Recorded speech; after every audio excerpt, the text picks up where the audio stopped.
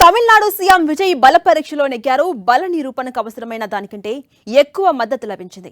విజయ్ ప్రభుత్వానికి 144 మంది ఎమ్మెల్యేలు మద్దతు పలికారు. అన్నా డీఎంకే రెబెల్ ఎమ్మెల్యేల మద్దతుతో విజయ్కి బలం పెరిగింది.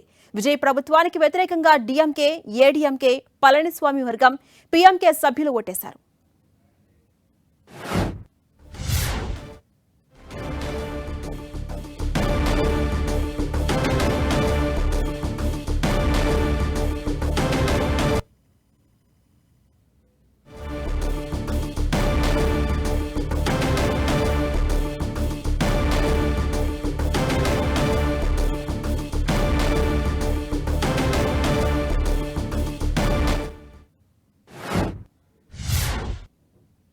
மாண்புமிகு பேரவைத் தலைவர் அவர்களே,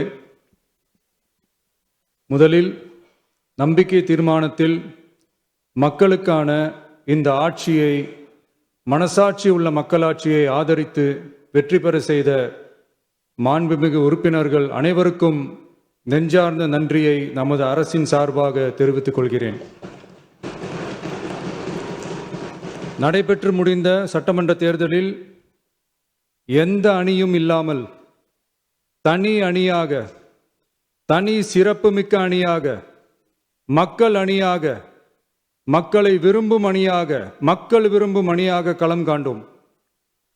1967 and 1977 தேர்தல்கள் வாயிலாக அமைந்த சாமானியர்களின் அரசை போலவே 2026 சட்டமன்ற தேர்தல் வாயிலாக தமிழக வெற்றிக் கழகமும் சாமானியர்களின் அரசையே அமைக்கும் என்று மக்களிடம் தீர்மானமாக கூறினோம். மக்களும் நம் மீது நம்பிக்கை வைத்து தீர்மானமாக வாக்களித்தனர். வாகை சூடும் அந்த வரலாறு திரும்பியது. விசில் அலை வெற்றி அலையாக மாறியது. ஒரு விரல் புரட்சி விசில் புரட்சியானது. கட்சி ஆரம்பித்த 3 ஆண்டுகளுக்குள் 34.92% 1,72,26,208 வாக்குகளை மக்கள் தந்தனர். தமிழக வெற்றிக் கழகத்தை தனி பெரும் கட்சியாக சட்டமன்றத்திற்கு அனுப்பி வைத்தனர். கட்சி ஆரம்பித்த 3 ஆண்டுகளுக்குள்ளேயே மிக மிக சிறிய அளவில், ஒரு நூல் இழைவில் தனி பெரும்பான்மை கொஞ்சம் தள்ளி போய் இருக்கிறது. அதனால் இந்த அரசை சிறுபான்மை அரசு போல யாரும் நினைத்தால் அதிலும் எங்களுக்கு மகிழ்ச்சியே. நாங்களே சொல்கிறோம், இது சிறுபான்மை அரசுதான்.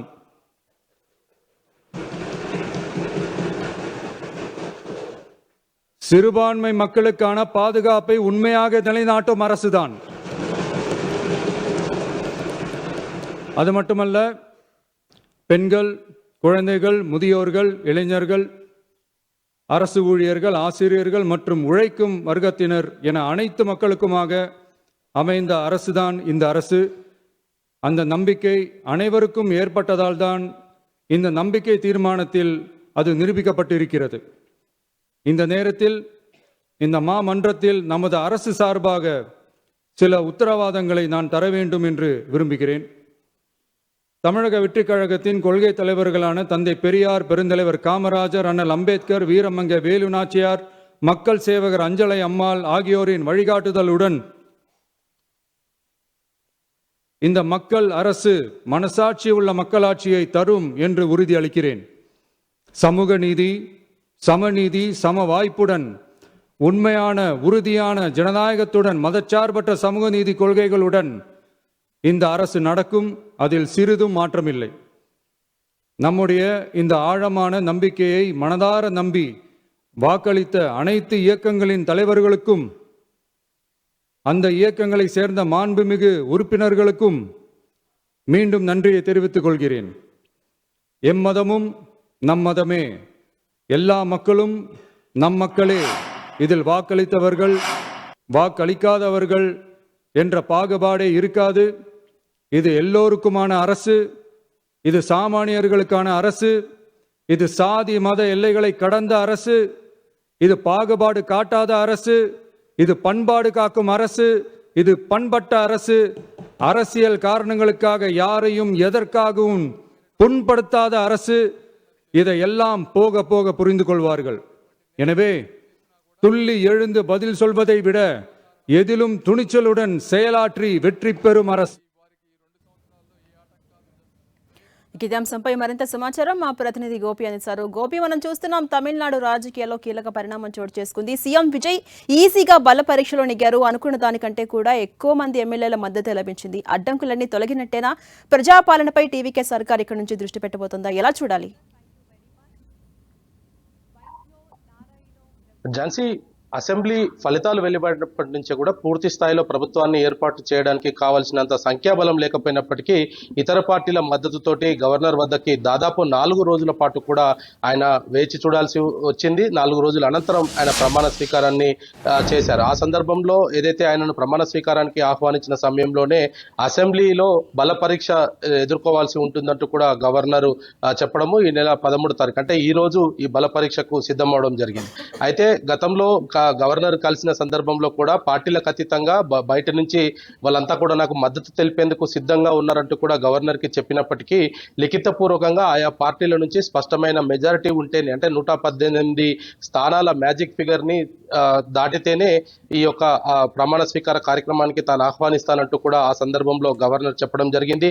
మరి ఈ రోజు అసెంబ్లీలో విజయ్ ఏదైతే 107 స్థానాలతోటి టీవీకేతో పాటు మిత్ర పక్షాలైన ఇతర పార్టీలతో పాటు ఆయన ఈరోజు బల పరీక్షలోకి వెళ్ళడం జరిగింది. సో దీంట్లో అనూహ్యంగా ఇటు ఏఐడిఎంకే నుంచి రెబల్స్ గా ఉన్న ఎమ్మెల్యేలు కూడా విజయ్కి మద్దతు తెలపడం జరిగింది. 118 మ్యాజిక్ ఫిగర్ ఉన్నప్పటికీ దాదాపు 144 సభ్యుల మద్దతుతోటి ఆయన ఈ బల పరీక్ష నెగ్గారు. 22 మంది సభ్యులు ఆయనకు వ్యతిరేకంగా ఓటు వేశారు. ముఖ్యంగా ఇందులో ఆయనకు సపోర్ట్ చేసింది కనుక చూస్తే ఇటు కాంగ్రెస్ లెఫ్ట్ తో పాటు వీసీకే ఐయుఎంఎల్ పార్టీలు ఆయనకు ప్రధానంగా మద్దతు ఇవ్వడం జరిగింది. అదేవిధంగా ఏఐడిఎంకేకి సంబంధించిన రెబల్స్ ఎమ్మెల్యేలంతా కూడా విజయ్ వెంటనే ఉన్నారు. బల పరీక్ష అనంతరం ఆయన అసెంబ్లీలో కొంత భావోద్వేగానికి గురవ్వడం జరిగింది.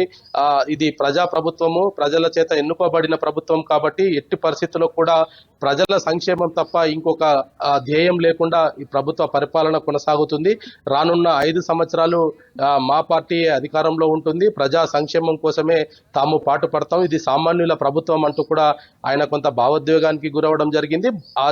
తమిళనాడుకు సంబంధించిన ఎన్నికల రిజల్ట్స్ వచ్చినప్పటి నుంచి కూడా ఈ రోజు వరకు కూడా విజయ్కి అనుక్షణం కూడా పరీక్షలే ఎదురయ్యాయని చెప్పొచ్చు. ఒకవైపు కాంగ్రెస్ 5 స్థానాలతోటి మద్దతు తెలిపినప్పటికీ ఇండియా కూటమిలో ఉన్న ఇతర పార్టీలంతా కూడా మొదట తనకు మద్దతు తెలుపకపోవడము, ఆ తర్వాత డిఎంకే నుంచి విభేదించి లెఫ్ట్ పార్టీలు మొదట మద్దతు తెలపడం, తర్వాత ఐయుఎంకే పార్టీ ఆ తర్వాత విజయ్కి మద్దతు తెలపడంతో ఆయన ప్రమాణ స్వీకార కార్యక్రమం అయితే పూర్తి చేయడం జరిగింది. ఆ తర్వాత అసెంబ్లీలోనూ ఆయన పరీక్ష నెగ్గాల్సి ఉంటుంది అంటూ కూడా ఆ సందర్భంగానే గవర్నర్ వ్యాఖ్యానించడం పరిస్థితి చూసాము. మరి తమిళనాడులో హంగు ఏర్పడినప్పటి నుంచి ఈ రోజు వరకు కూడా ప్రతిరోజు కూడా విజయ్ పరీక్షలు ఎదుర్కొన్నారని చెప్పొచ్చు. ప్రతి పరీక్షలో కూడా ఆయన నెగ్గుతూ వచ్చారు. ఇటు పార్టీ స్థాపించిన 2 సంవత్సరాల్లోనే ప్రభుత్వాన్ని ఏర్పాటు చేయడం అనేది కూడా తమిళనాడులో ఒక చరిత్రగా విజయ్ సృష్టించారని చెప్పొచ్చు. మరి ఇంత అఖండ విజయం ప్రజలకు ఆయన రుణపడి ఉంటానంటూ కూడా ఆయన ఈరోజు అసెంబ్లీలో చేసిన ప్రసంగం కూడా చూసాము. మరి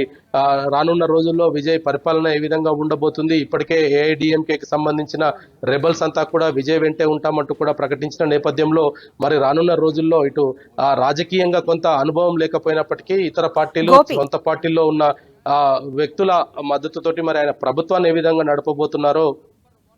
గోపి, ఇప్పటి వరకు బల పరీక్షకు నిరూపణకి నెగ్గింది చూడొచ్చు మనం విజయ్ టీవీకే సర్కార్. అయితే నెక్స్ట్ స్టెప్ ఎలా ఉండిపోతుంది? రీసెంట్ గా మనం చూసాం, ప్రమాణ స్వీకారం చేసిన తర్వాత తీసుకున్నటువంటి నిర్ణయం కూడా కొంత విమర్శల పాలైంది, అటు ప్రశంసల వర్షం కురిపించే విధంగా కూడా ఉంది వైన్స్ షాప్స్ కి సంబంధించి. సో నెక్స్ట్ స్టెప్ ఎలా ఉండబోతుంది టీవీకే సర్కార్ నుంచి? ప్రమాణ స్వీకారంగా ఆయన ముఖ్యమంత్రిగా ప్రమాణ స్వీకారం చేస్తున్న రోజే కొన్ని కీలక అంశాలను కూడా ఆయన ఆ సందర్భంగా ఆ సభలో మాట్లాడిన సందర్భంగా కూడా కొన్ని వ్యాఖ్యలు చేయడం జరిగింది. ప్రజలకు సంబంధించిన అంశంతో పాటు విద్యార్థులను కూడా లక్ష్యంగా చేసుకొని ఆ ప్రసంగంలో ఆయన మాట్లాడడం జరిగింది. విజయ్ మామ మీతో ఉంటాడు, మీకు సంక్షేమం కోసం పాటుపడతాడు అంటూ కూడా ఆయన ఆ సందర్భంగా వ్యాఖ్యానించడం జరిగింది. దాంట్లో తొలి భాగంగానే గుడులు స్కూళ్లకు సంబంధించిన అంశాన్ని కూడా ఆయన తీసుకోవడం జరిగింది. ఏదైతే మద్యం దుకాణాలు ఇటు పాఠశాలలు గుడుల వద్ద ఉన్న మద్యం షాపులకు 2 వారాల పాటు సమయం ఇచ్చారు.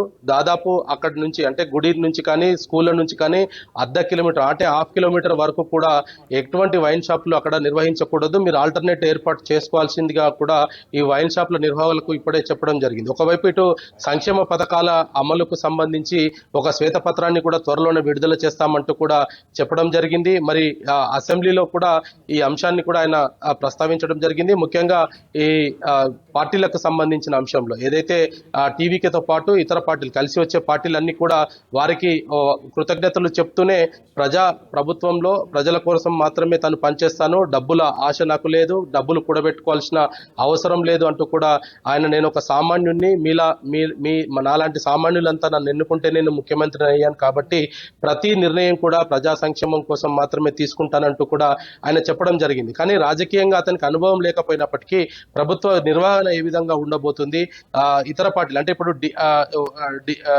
ఈ మిత్రపక్షాలతో పాటు ప్రతిపక్ష నేత కూడా ఏదైతే ఉదయనిధి స్టాలిన్ కూడా నిన్న అసెంబ్లీలో కొన్ని ఆసక్తికర వ్యాఖ్యలు చేయడం జరిగింది.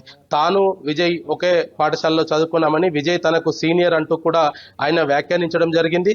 మరి ఇటువంటి నేపథ్యంలో రానున్న రోజుల్లో విజయ్ మరి పరిపాలన ఏ విధంగా దృష్టి పెట్టబోతున్నారు, ఆయన ఎటువంటి సంక్షేమాలు తీసుకురాబోతున్నారు అనేది కూడా తమిళనాడుతో పాటు దేశవ్యాప్తంగా కూడా అందరూ ఎదురు చూస్తున్న పరిస్థితి ఉంది.